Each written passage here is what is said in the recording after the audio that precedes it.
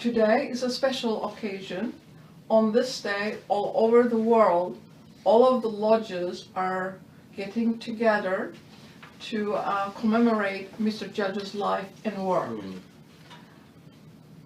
It is important that we understand the concept of unity when we get together, because it has tremendous force. So on these days, when we are united in heart and mind, it carries tremendous force into the world that we live in.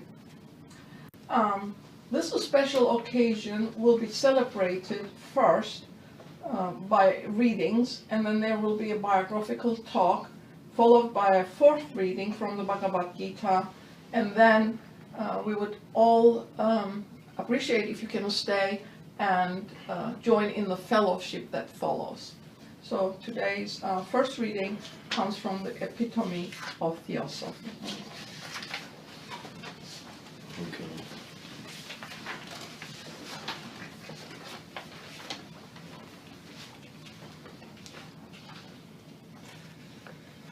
As was said, this is from an Epitome of Theosophy by William Q. Judge. Each particular spirit goes through the Manvantara, or enters into manifestation for its own enrichment and for that of the whole. Mahatmas and Rishis are thus gradually evolved during the Manvantara and become, after its expiration, planetary spirits, who guide the evolutions of other future planets. The planetary spirits of our globe are those who in previous Manvantaras, or days of Brahma, made the efforts and became in the course of that long period Mahatmas.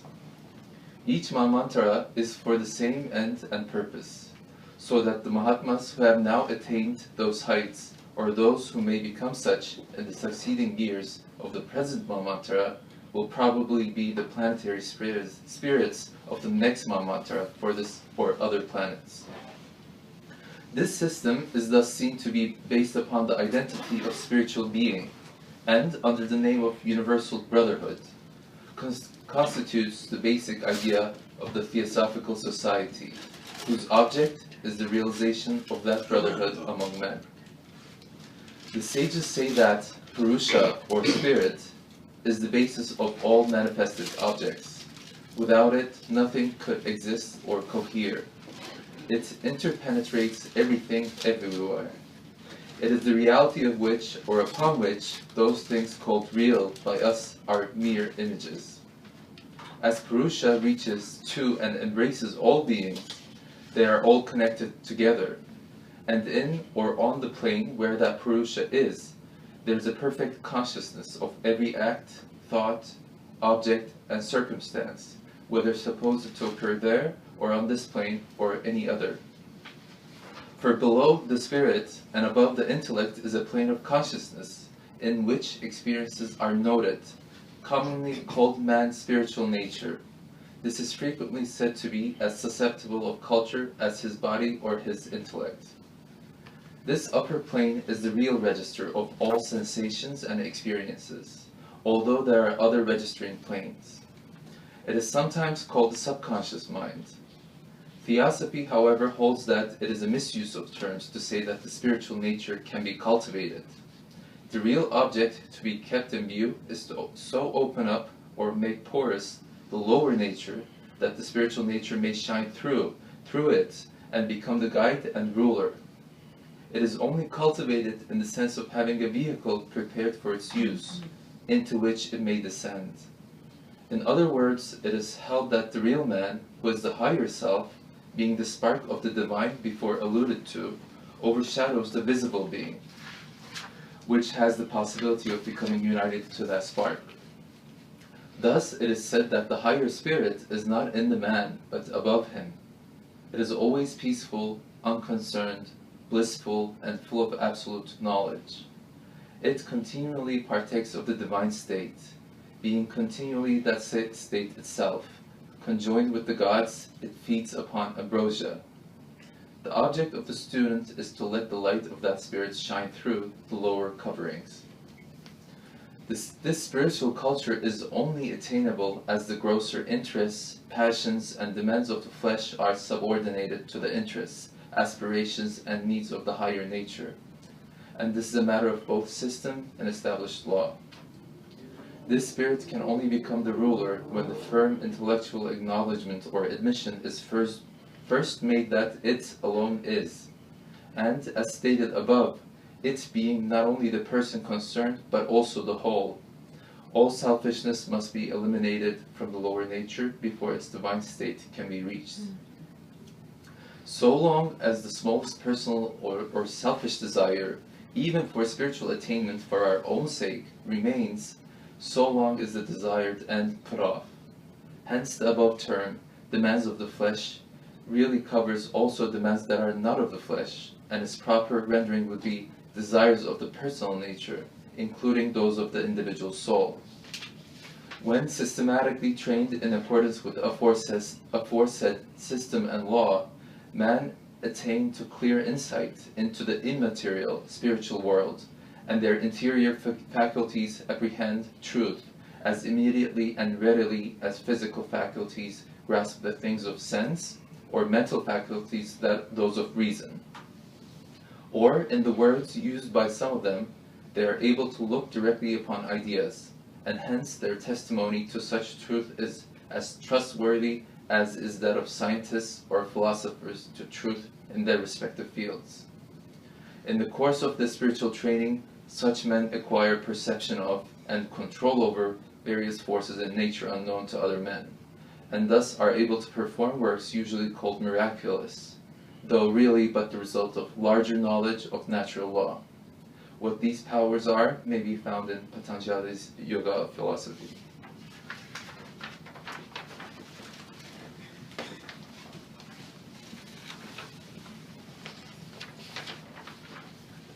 Reading number 2. Letters that have helped me by William Quan Judge. An occultist is never fixed on any particular mortal plan, so do not fix your mind as yet on a plan. Wait. All things come to him who waits in the right way. Make yourself in every way as good an instrument for any sort of work as you can. Every little thing I ever learned, I have now found out to be of use to me in this work of ours. Ease of manner and of speech are of the best to have. Ease of mind and confidence are better than all in this work of dealing with other men, that is, with the human heart. The more wise one is, the better he can help his fellows, and the more cosmopolitan he is, the better too. When the hour strikes, he will then find you ready. No man knows when the hour will strike. But he has to be ready. Nothing is gained, but a good deal is lost by impatience, not only strength, but also sight and intuition. So decide nothing hastily. Wait, make no set plan.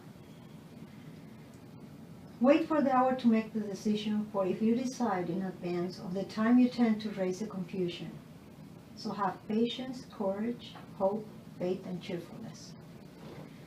The very first step towards being positive and self-centered is in the cheerful performance of duty. Try to take pleasure in doing what is your duty, and especially in the little duties of life. When doing any duty, put your whole heart into it. There is much in this life that is bright if we would open our eyes to it. If we recognize this, then we can bear the troubles that come to us calmly and patiently, for we know that they will pass away.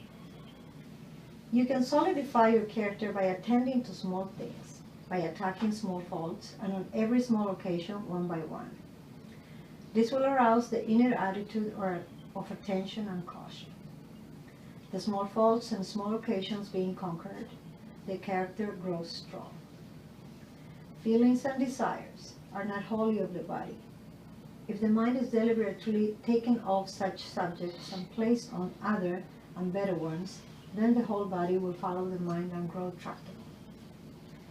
This struggle must be kept up, and after a while it will be easier. Old age makes only this difference. The machinal body is less strong. In old age, the thoughts are the same if we let them grow without pruning. There is never a need to worry. The good law looks out for all things, and all we have to do is our duty as it comes along from day to day. Nothing is gained by worrying about matters and about the way people do not respond.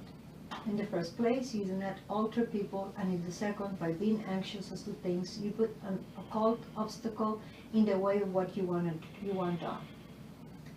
It is better to acquire a lot of what is called carelessness by the world, but it is in reality a cold reliance on the law and a doing of one's own duty, satisfied that the results must be right, no matter what they may be. Think that over and try to make it a part of your inner mind that it is no use to worry, that things will be all right no matter what comes, and that you resolve to do what you see before you and trust to karma for all the rest.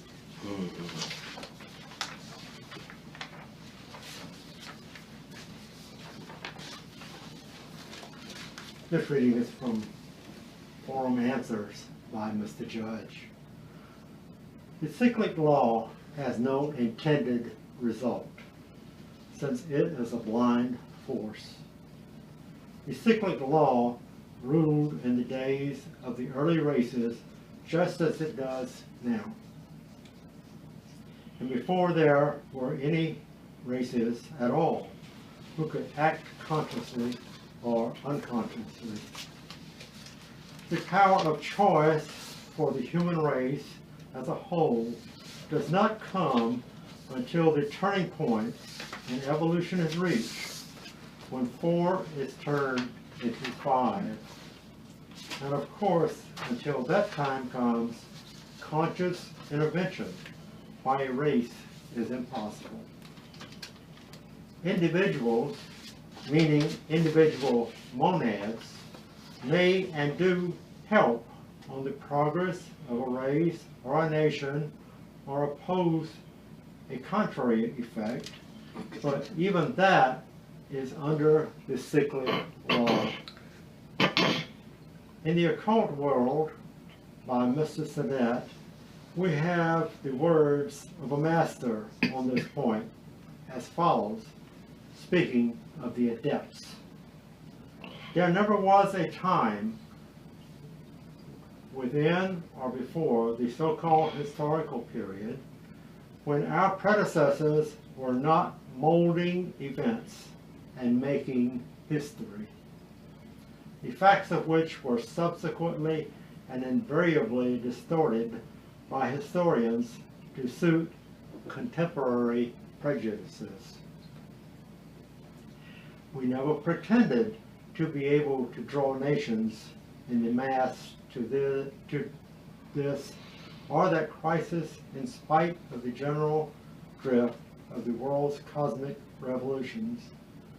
The cycles must run their rounds. The major and minor yugas must be accomplished according to the established order of things. And we, borne along on the mighty tide, can only modify and direct some of its minor currents. Unquote.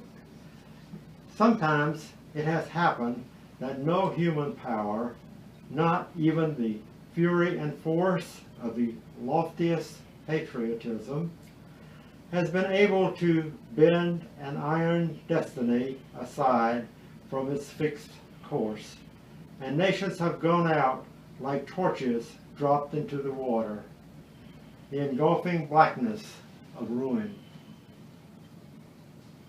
In considering this subject, we should not lose sight of the fact that other souls are reincarnating every day, bringing back with them the experience and karma of distant past ages that must show itself in them as they mature in this life, and they will furnish new impulses, new ideas, new inventions, new pieces of knowledge to the general sum, thus affecting the progress of the races, but all under cyclic law. And if we, by supinely sitting down, do not create for them, as they may have in the other days done for us, the right material, the right vehicle of civilization, the end of the cycle may be reached with their task unfinished through our fault. The karma of that will then be ours.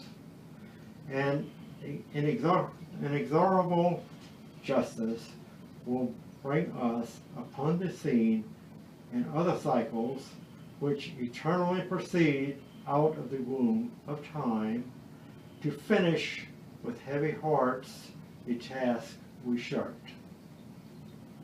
No theosophist, therefore, should ever begin to think that he need not offer any help because all will come right anyhow. In our small way, we should imitate the Great Brotherhood in its constant efforts to help humanity. They know the cycles, and using that knowledge can see when the impulse of a new cycle is beginning. Taking advantage of this prescience, new ideas are projected among men, and all good reforms are fostered. Why should we, merely because we are ignorant of the cycles, do nothing to help these great benefactors of races? They offer to all men the truths of the wisdom religion, making no selections but leaving results to the law.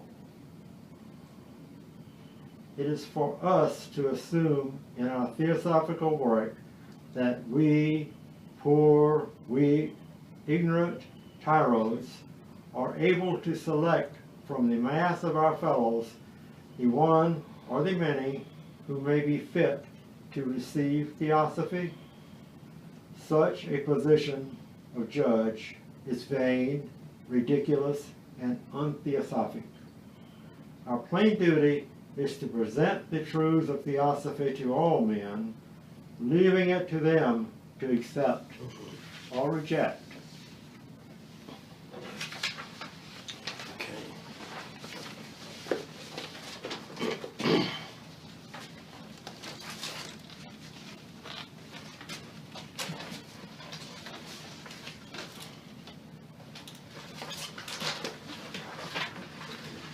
Mr. Judge was born in Dublin, Ireland. His father was Frederick Judge and his mother Alice Mary Kwan. And he was one of 7 children. He lost his mother, who died during childbirth with her 7th child. So it was left to the father to raise 7 children on his own. Mr. Judge became very ill, or we should say the child became very ill when he was 7 years old, and the doctor came and announced that the child had died. But in a few minutes, when he turned his back to this kid, life started coming back.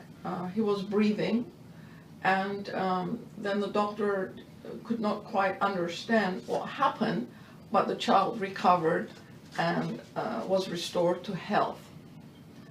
It seems that his character and his interests changed at that time, 1858 and 59.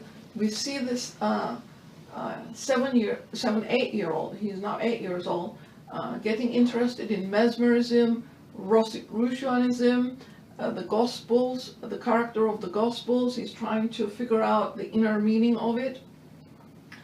And so his family is very shocked because they didn't even know that the child could read, let alone suddenly show this kind of interest in these books, and that he could understand it was a mystery to his own family. But that interest never stopped, and he continued with it through his growing years. In his 13th year, the father decided to move his family to United States. So they emigrated to New York when he was 13 and settled there. So Mr. Judge was educated in New York. We see him attending school to study law between 1868 and 71. And then he goes as a clerk to George Andrews' office, who became a Supreme Judge later on. So he continued his studies, and he was accepted to the bar, Mr. Judge. He did international law, and he was very successful at it because of his integrity, his intelligence, his knowledge. But during that period, between 72 to 74, he worked, and in 74, he met his wife. Her name was Ella. She was a very strict Methodist. They got married, and they had a child, a daughter, and the daughter died from diphtheria that year, and Mr. Judge was totally shocked at the event, as well as his wife, of course, and it was a tremendous loss for them because he loved children. So this event that came into their life propelled Mr. Judge to look for causes as to why such an event came to them. He could not understand it. So he is looking around to find someone who could help him understand it, and he sees a newspaper article by Colonel Olcott describing the other world.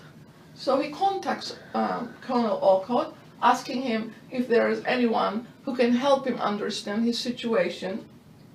And Olcott writes back saying, "I'm sorry, I don't know anyone, but if you like, I'll introduce you to HPB."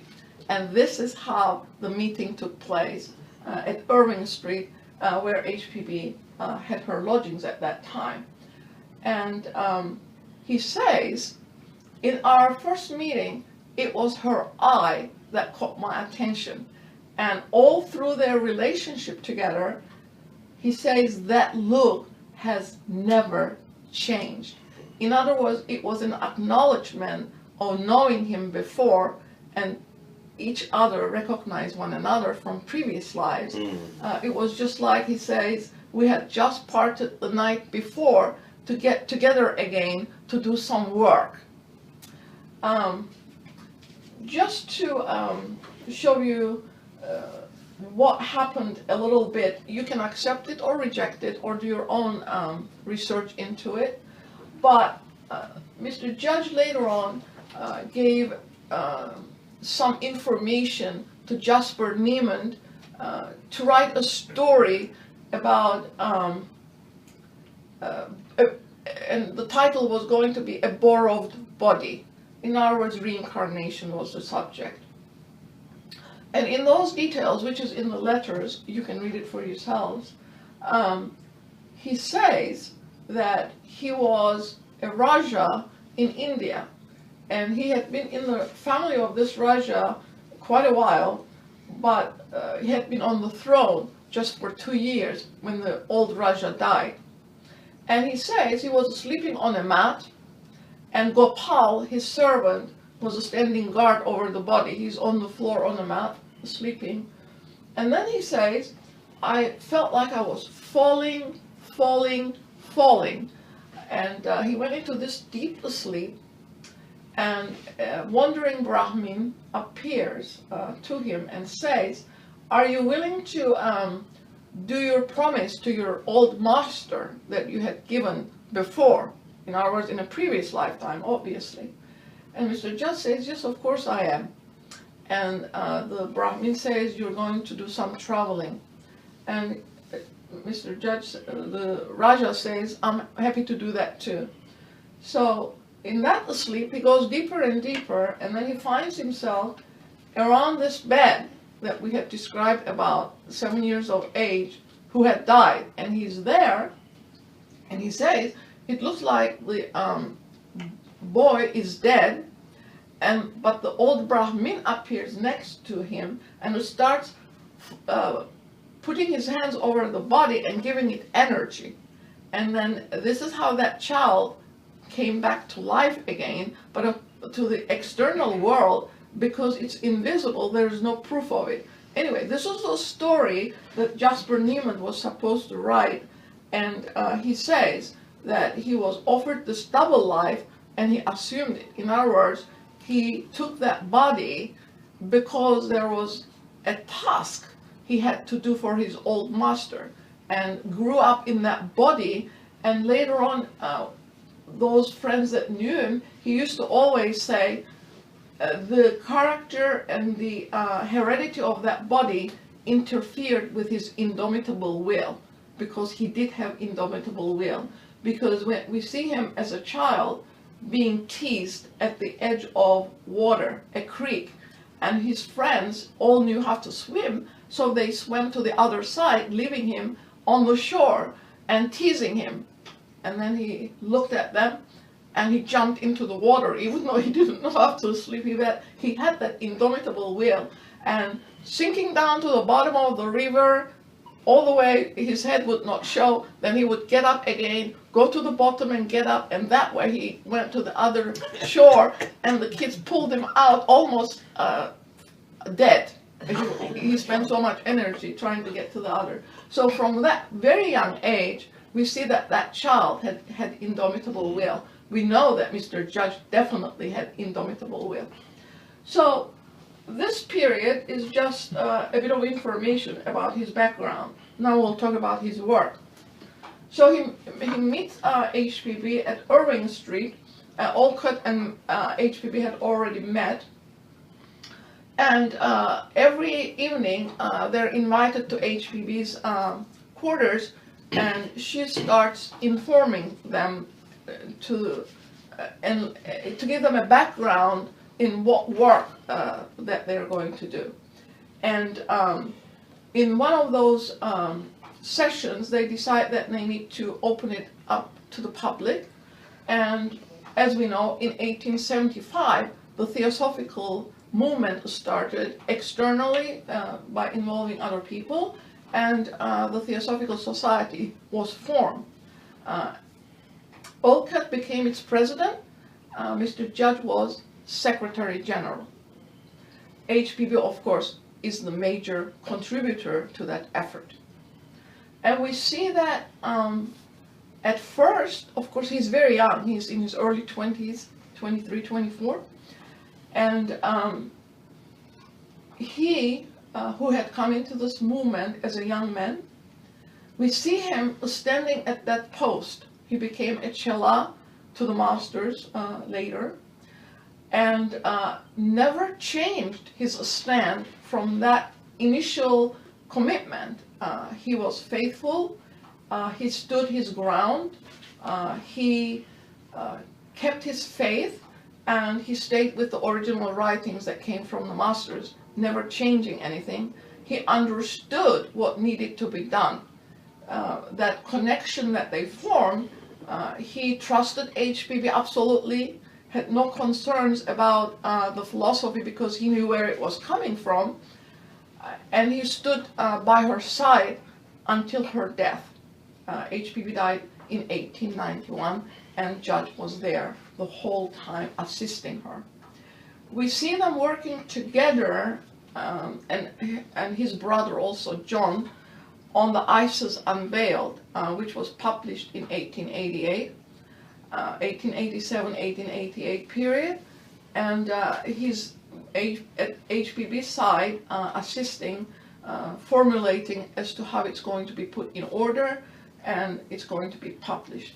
So he's very much involved with the work. And as soon as Isis Unveiled was published, HPB receives orders from the Master's Lodge that now it is time for her to go to India. They started the movement in America, now she's going to go and do the same effort in India. When she leaves the next year, 1888, 1889.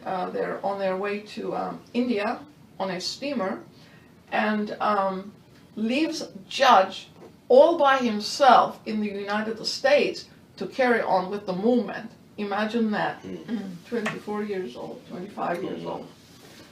But HPB had absolute trust in Judge. That never changed either, all through that period. And so Mr. Judge is considered the master builder of the Theosophical movement. HPB is the transmitter of the knowledge, but Mr. Judge is the master builder, because he understood what needed to be done and he went about building it. And we see him in New York giving talks to an empty room because there's nobody in the hall. He's trying to get people to attend, but when one person appeared who became the president of the Theosophical Society in Canada, he was in New York and visiting, and went there, and he became a lifetime member, of course. Once you listen to Mr. Judge, and everybody said it was just like a light shining in the room. You understood whatever it was that he was saying, even though it was very different in its subject matter. But you understood what he was saying. He was the light, in other words, transmitting that promulgation. He understood what was to be done, and he went about building it, but he never drew any attention to himself. He always put the other people first. That humility that is very apparent in his nature, as well as his indomitable will, it was all for the people, it wasn't for himself. He wasn't looking for acknowledgement of any kind whatsoever. In his lifetime, short lifetime, he wrote many, many articles, many, many letters, many, many newspaper newspaper articles that he submitted to the newspaper for publication, and all those, or most of them, are under a pseudonym. Never put his name to any article whatsoever. And look at all these books we have back here.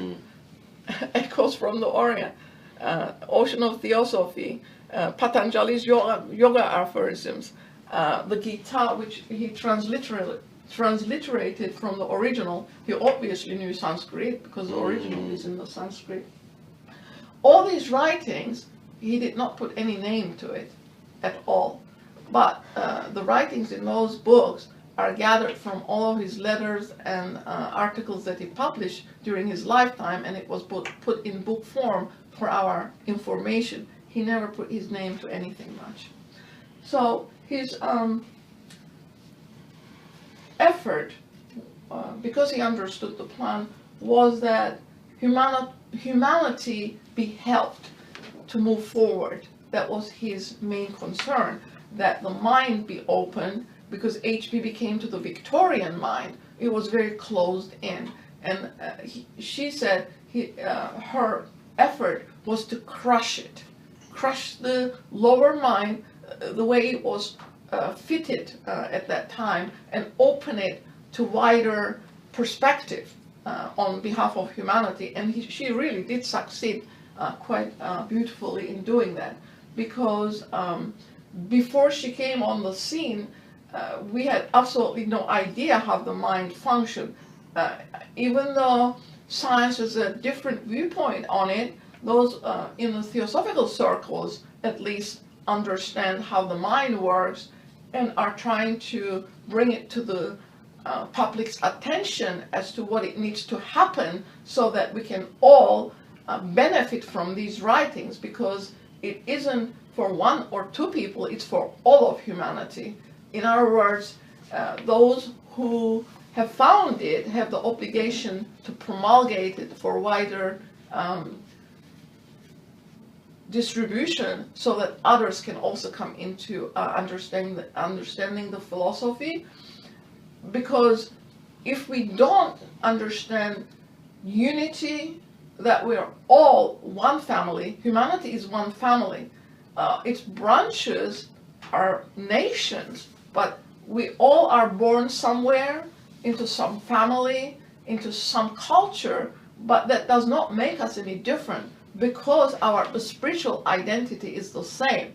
It's the externalities that are a little bit different from one another, but internally, spiritually, we all come from the same root. And once we understand that, which Mr. Judge understood it very clearly, we see that he expresses the objects or the three fundamentals of the philosophy very clearly in a very simple language. Anyone can understand it. And until one actually gets into the movement and starts to study this philosophy, only then does one understand how difficult it is to stand in front of the public to explain it as far as one understands it, to put it in simple terminology, because that's the most difficult aspect of the philosophy, to make it really, really simple so that ordinary people can understand it. And here we see Mr. Judge doing it over and over and over again, both in his letters and his publications. He makes it direct, he makes it understandable, he makes it very simple, and it is very precision oriented. There is just no way one can mistake what he writes for something else, because it's simple and it's clear, straightforward. So this process of his goes on for a while in New York, but eventually he has attracted people.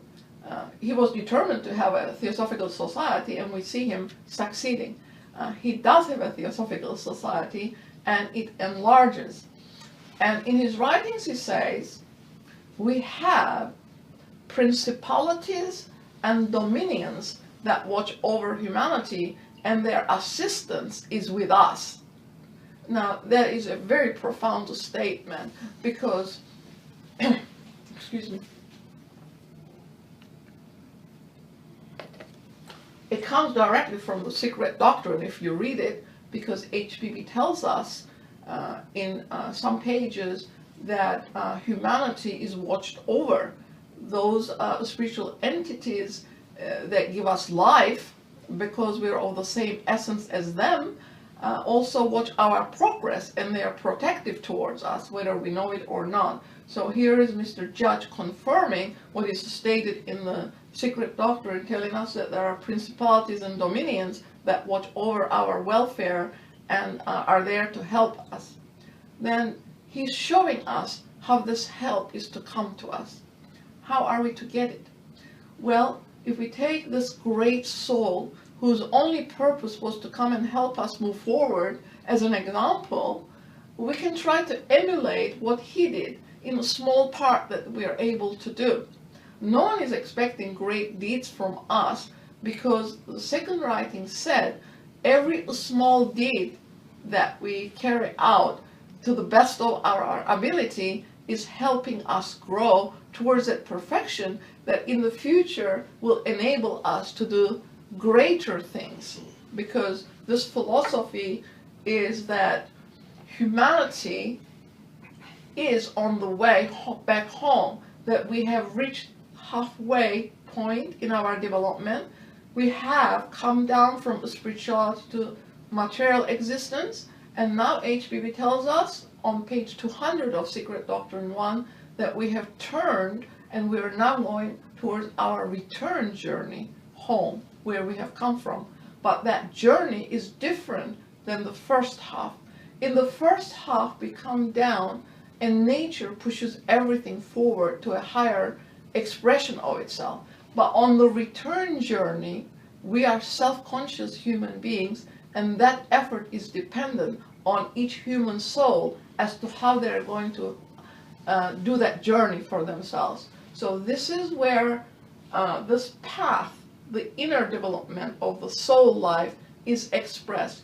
The voice of the silence was HPB's last work, and that path is clearly defined in that little book, and she dedicates to that book to the few only, because she knew how difficult it is to stay with the philosophy, let alone try to get on that path. But Patanjali's Yoga Aphorisms is wonderfully transliterated by Mr. Judge, and that guides us in our meditative, subjective state as to how to reach that quiet center that each one of us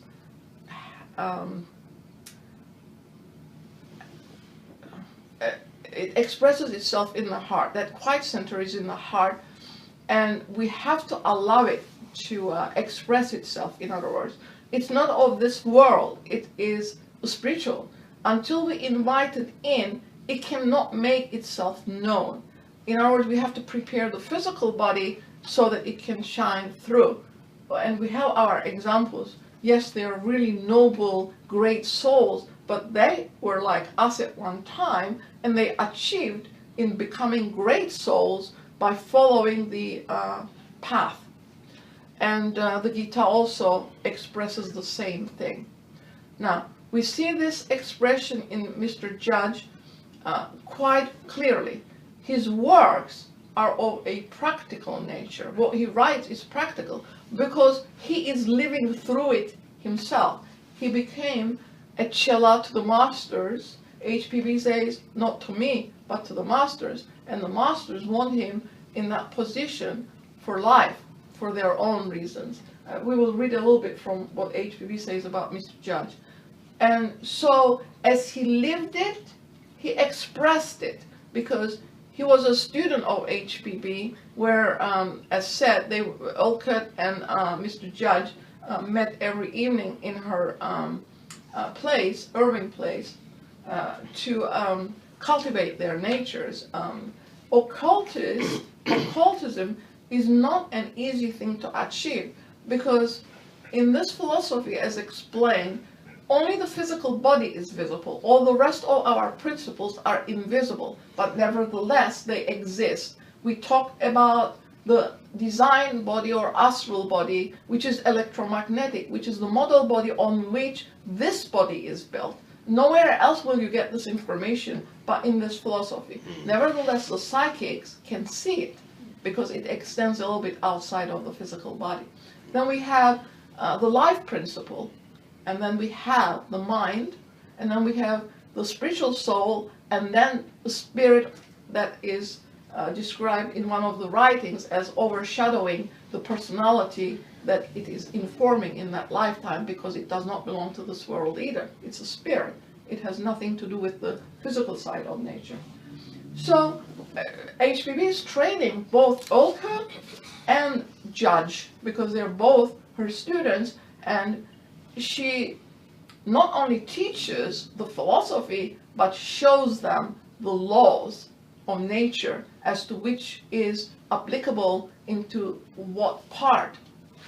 So they're really informed, and Mr. Judge becomes an occultist later on, because his writings tell us that he has, because he knows it, and his writings express what he knows, rather than mentally telling us. He's telling us practically what we have to do in order to overcome our own difficulties if we want to move on this path. Mr. Judge continued with this effort until 1884, when HPB was attacked in India. The Psychic Research Foundation and the Coulombs got together trying to topple it, because the missionaries did not want the movement to succeed there, because they were losing all their students to HPB's effort. The Indians now discovered that their heritage was far greater than any religion that could be imported, and they all started leaving the missionaries and going back to their own education system, where HPB told them the Gita, the Upanishads, the Vedas are the oldest literature in the whole world, and they needed to pay attention to it, and not other things that came far later on. So that movement was also successful, but now the missionaries and the Brahmins are trying to oust HPB because they didn't want what was happening in India. The Brahmins are the it's like the church of our world. They're the priests over there, and India has tremendous superstition.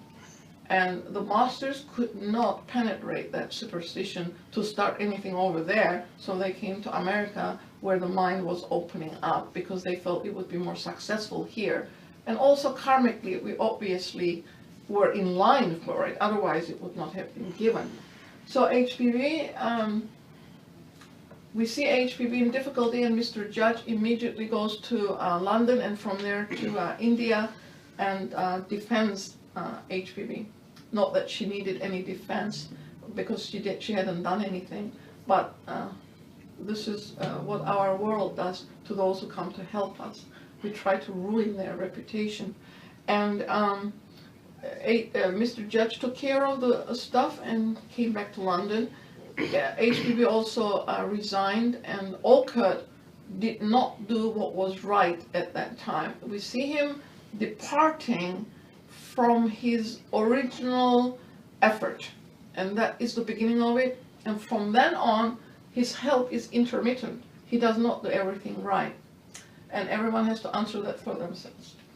HPB then comes to London, and she reestablishes the movement there again, because the London Lodge under Sinnett and Hume was also going in the wrong direction. They wanted to start a privileged school for those who were educated and train them in occultism, and the master's letter, the great master's letter, which is available to you in the movement papers, says that that was not the objective. The objective was to move humanity forward, not a handful of educated people and train them in occultism, because that was not their intention. The intent was that the human being come to realize that they're spiritual beings, that we have a physical body, but that's not who we are, and that we ought not to identify ourselves with the physical aspect of life, but rather with our spiritual inner life. And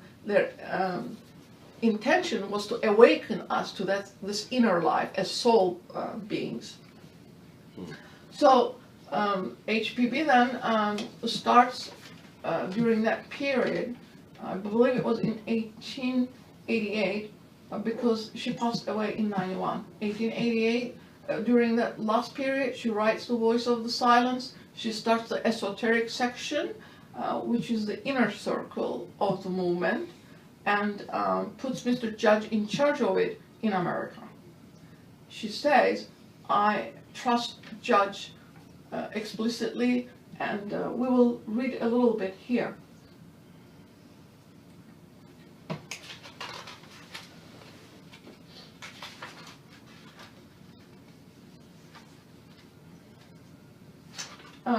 Because he defended HPV, he becomes the mark of bitter and active hostility. Now, whatever was directed to HPV is not directed to Judge, because he stood up for HPV, saying that HPV is the teacher, she is the transmitter, she's true and loyal to the movement and to the masters, and I am with her, is what he is saying to the world by defending her. Those who do not stand up to the right thing are not with the movement, in other words.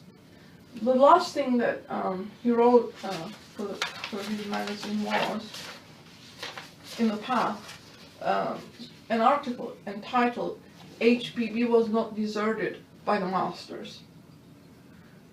Besant, who is also in London, after HPB's passing, leaned for some time on Judge and stood with the pure writings of HPB, and then in 1893 she went over bag and baggage to his opponents. So it is noteworthy that this change of attitude and action was simultaneous with her change of attitude towards HPB. So Judge's opinion and attitude towards HPB did not change at all. And here's HPB in her own words, writing this for the esoteric section in 1888.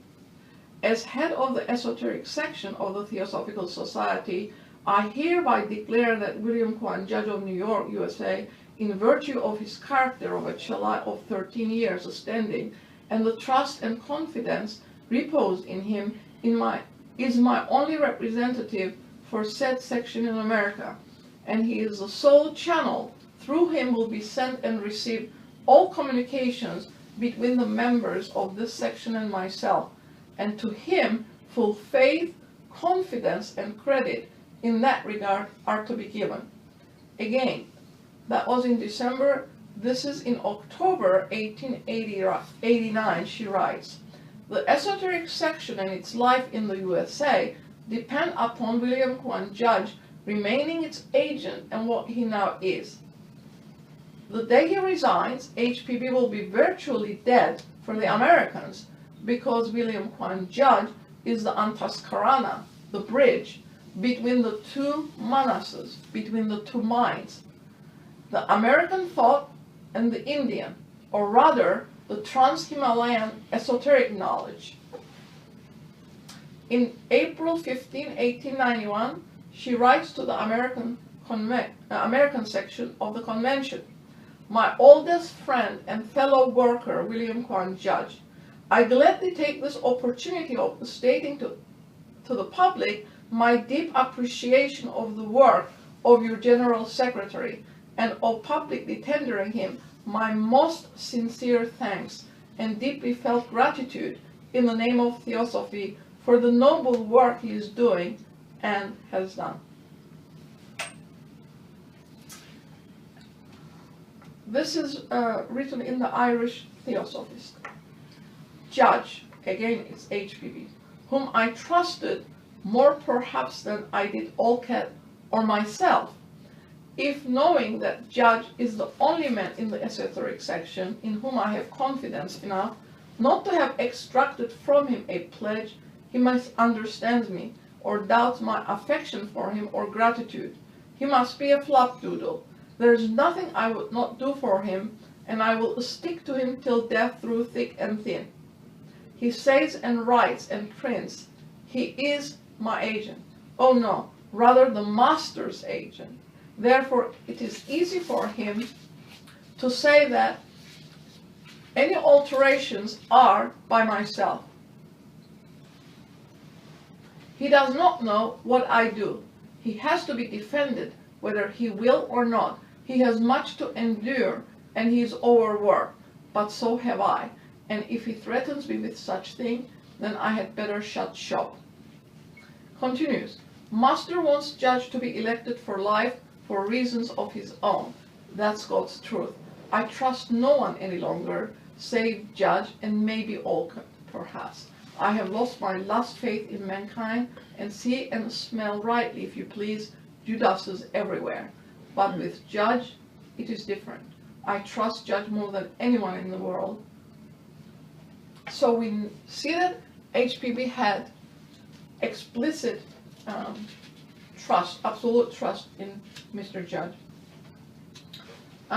So this effort to oust Judge came from both from the outside and also those inner students who were not faithful to the master's program. And so the effort, he knew that the Judge body he had borrowed was going to die the following year, and he said he was making an effort to abridge it, that its duration would come, but he would survive it for another 4 or 5 years, so that he would continue with the help that humanity needed at that time, in other words, not to split it any further. But unfortunately, even for his indomitable will, the stress was so much, and he was also suffering from a fever that sapped up his energy quite a bit. It was a fever he caught in South America when he went to Mexico and Venezuela. And so he passed away. He died on March 21, 1896. Even his indomitable will could not enable him to stay on earth as he had planned. So this great soul who had come to help humanity, who stayed at his post over 20 years, and he did tremendous work for humanity, and we have great gratitude for his work, and we emulate him by showing this gratitude to him in mind and heart, because we carry him everywhere. So please do read his works, because they're exemplary, and it teaches remedies that great soul taught us how to overcome our problems in his writings, and they're very, very subtle and useful. The last reading comes from the Bhagavad Gita.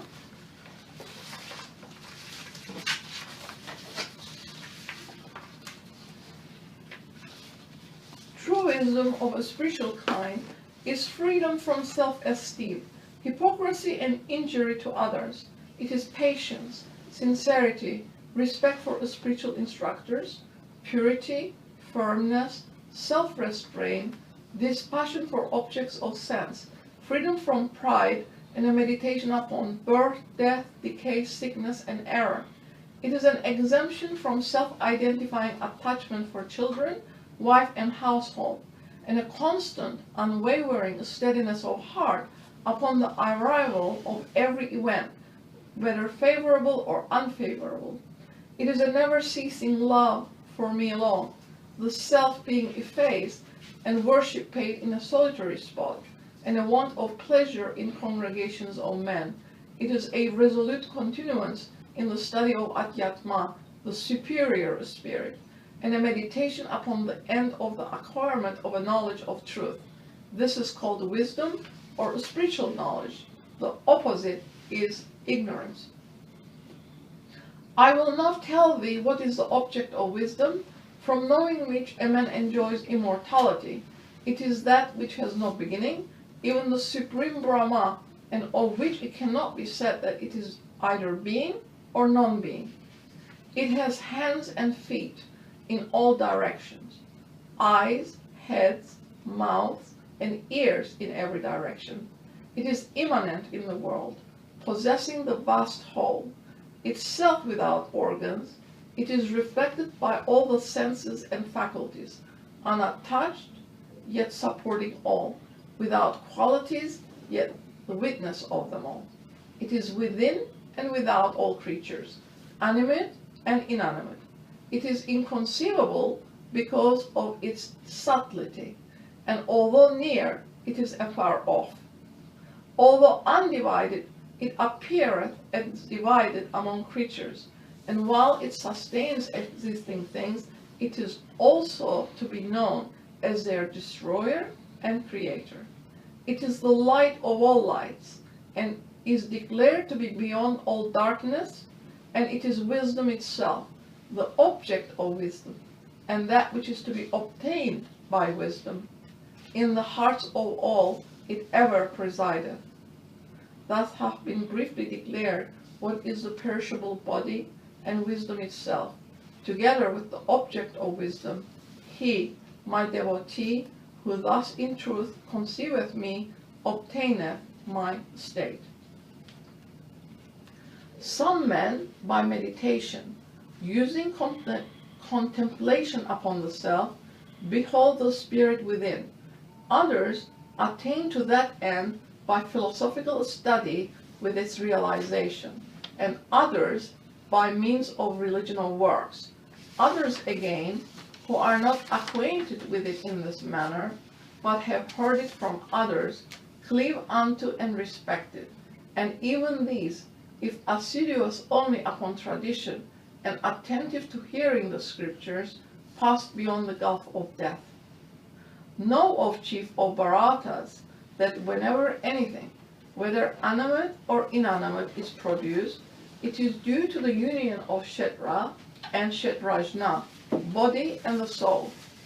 He who seeth the Supreme Being existing alike imperishable in all perishable things, sees indeed. Perceiving the same Lord present in everything and everywhere, he does not by the lower self destroy his own soul, but goeth to the supreme end.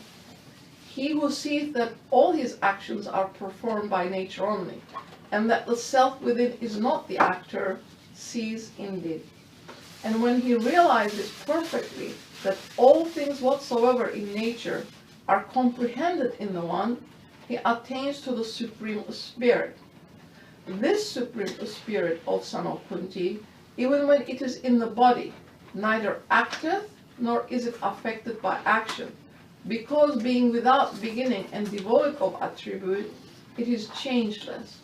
As the all-moving Akasha, by reason of its subtlety, passeth everywhere unaffected, so the spirit, though present in every kind of body, is not attached to action or affected. As the single sun illuminateth the whole world, even so doth the one spirit illumine everybody, O son of Bharata. Those who with the eye of wisdom thus perceive what is the difference between the body and the spirit, and the destruction of the illusion of objects, go to the Supreme.